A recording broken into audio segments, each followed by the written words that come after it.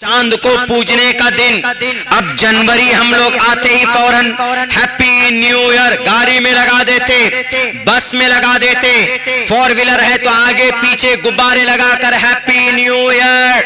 पता है happy new year किनका कल्चर है? सिर्फ हैप्पी न्यू ईयर याद रहा, बाकी भूल गए। इसको 1907 को रॉयल नेवी नेवी अफवाज किनको बोलते हैं? जो समंदर में कश्ती में जिन आर्मी जिन फौजियों की ड्यूटी होती है उनको नेवी बोलते, नेवी ऑफिसर बोलते। वहां पर उन लोगों को सालों साल ड्यूटी मिलती थी, बोर हो जाते थे वो लोग। इसीलिए वो लोग आपस में मशवरा करते कि यार बोर हो गए हैं समंदर में, पानी देख देख कर, मछली देख देख कर, कुछ नया होना चाहिए। उन्होंने कहा कि अच्छा एक काम करो, नया होने के लिए सबसे बेटर क्या है? कहा कि सबसे बेटर ये जिस दिन हम दुनिया में आए उससे बेहतर और क्या हो सकता है। तो उन्होंने सबसे पहले शुरुआत की, रॉयल नेवी ने 1907 को हैप्पी बर्थडे मनाते हैं। बर्थडे बच्चों का, बर्थडे का मतलब पैदा होना, BIR birth, TH birth, date of birth बोलते हैं हम लोग, पैदाइश का डेट। तो हैप्पी बर्थडे उन्होंने सबने अपनी अपनी तारीख याद की कि हम कब पैदा हुए। सब उस जहाज के अंदर में हैप्पी बर्थडे मनाते, शराब पीते। होते होते 5-6 महीने गुजरे कि जनवरी जैसे आया। ये जनवरी असल में ये एक किसी भूत का नाम है। जनवरी ये मैंने किसी तकरीर में उसकी पूरी एनालाइज की है। ये जनवरी किसी आत्मा, किसी भूत या किसी आत्मा के ऊपर किसी देवता को मानकर, वो देवता जिसकी एक दो शक्ल की आत्मा, एक शक्ल उसकी सूरज के तरफ जिधर से सूरज उठता है और दूसरी शक्ल उसकी जिधर सूरज डूबता। कहा जाता है कि जनवरी, ये जैनी जो आत्मा है, ये हमको सुबह की बुराई से, सूरज से जो बुराई निकलती है सूरज के साथ, उससे भी बचाता है। और जिधर गुरूब होता है, गुरूब होते हुए जो बुराई होती है, ये जैनी हमें दोनों से बचाता है। इसीलिए इस जैनी के हमेशा याद किया जाए, तो इस जैनी के नाम पर उन्होंने जनवरी रख दी। फरवरी इसी तरह है, वो लंबा समय चाहिए। फरवरी, मार्च, अप्रैल, मई, जून, जुलाई, अगस्त तक, ये सारे जनवरी से लेकर अगस्त तक किसी न किसी बुध के ऊपर उनका नाम रखा गया। सितंबर, अक्टूबर, नवंबर, दिसंबर, सितंबर 7 और अक्टूबर 8, नवंबर 9, दिसंबर 10 को बोलते हैं। ये सितंबर से लेकर दिसंबर तक किसी आत्मा के ऊपर इनका नाम नहीं रखा गया। बहरकैफ जब 5 महीने गुजरे, जब जनवरी आता है तो वो लोग कहते हैं कि नया साल आ गया। देखो हमारे जैनी आत्मा भी आज ही आए, आज उनके पहला दिन है, इसीलिए आज हैप्पी न्यू ईयर के नाम से खुशियां मनाओ। उस दिन तो हद कर दी जनाब, लड़कियां खरीदी जाती, लड़कियों को हायर किया जाता है। और यही कल्चर आज भी हमारे भारत में है। वो लड़की दिल्ली के अंदर जिसकी लाश गाड़ी में, इनोवा, पता नहीं इनोवा या बलेनो गाड़ी के, वो उसमें किसी लोहे में फंसकर जो 15 से 20 किलोमीटर दूर तक उसकी लाश घसीटते रहे। वो कौन सी रात थी? वो 31 दिसंबर यानी 31 दिसंबर की रात थी। 31 दिसंबर की रात को 12 बजे से अय्याशी शुरू करते हैं ये शराबी लोग। लड़कियों की इज्जत को लूटते हैं पैसों पर खरीद कर, क्योंकि खुशी मनाते हैं कि अगर आज रात 12 बजे से हम खुशियां मनाएंगे तो हमारा पूरा साल सही गुजरेगा।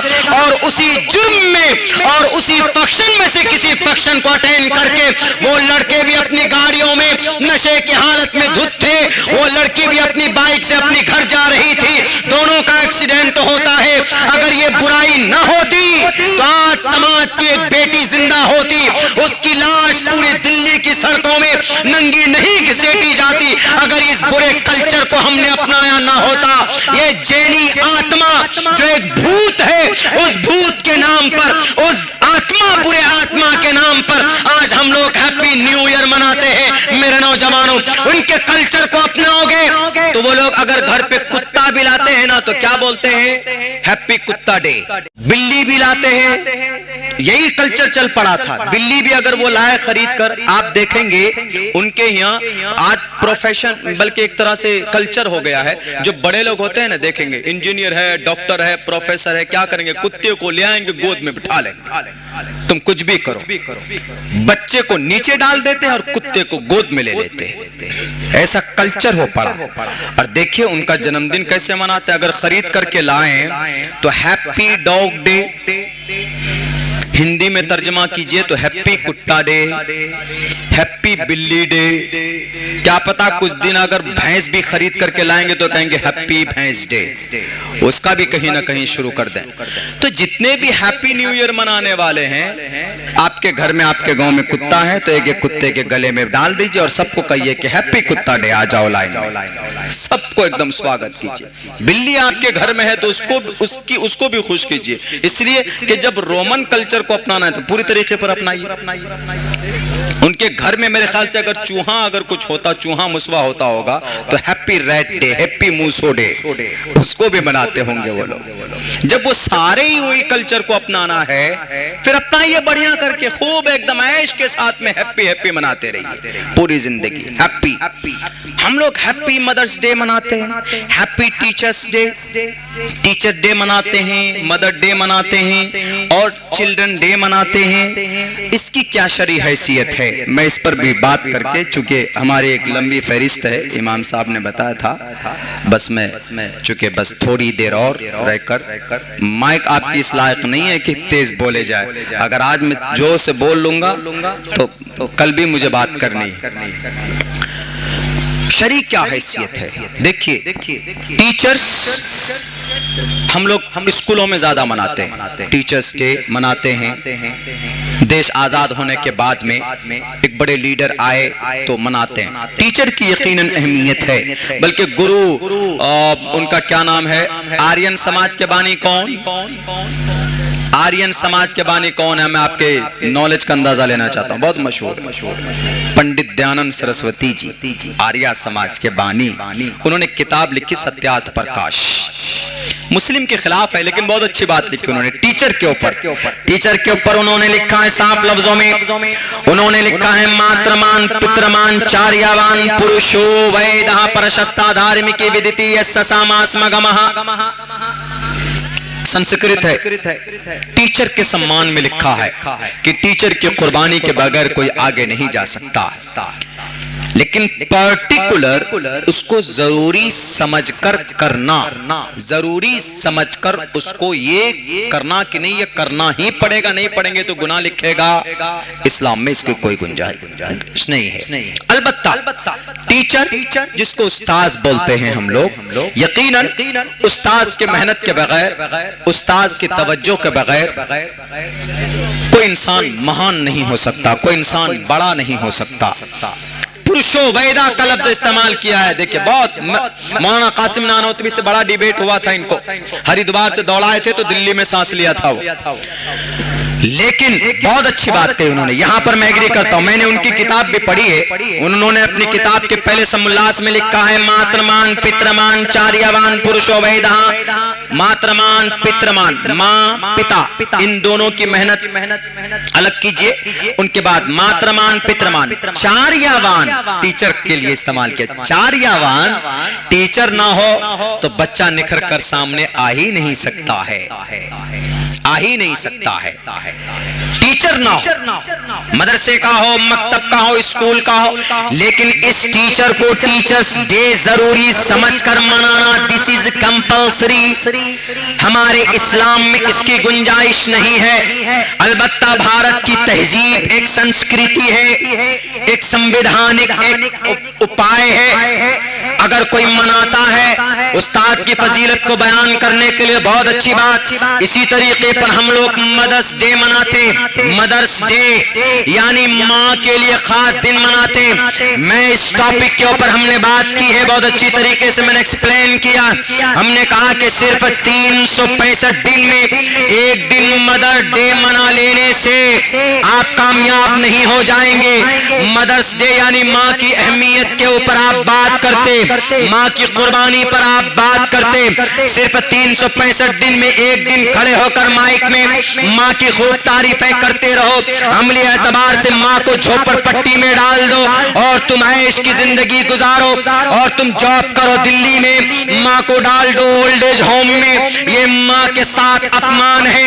माँ को गालियां दो, माँ के सर पर डंडे बरसाओ, और तुम माइक पर मदर्स डे के ऊपर लंबी लंबी तकरीरें करो। हमने कहा कि क़यामत तक माँ के हक हुकूक को कोई माए का लाल पूरा नहीं कर सकता।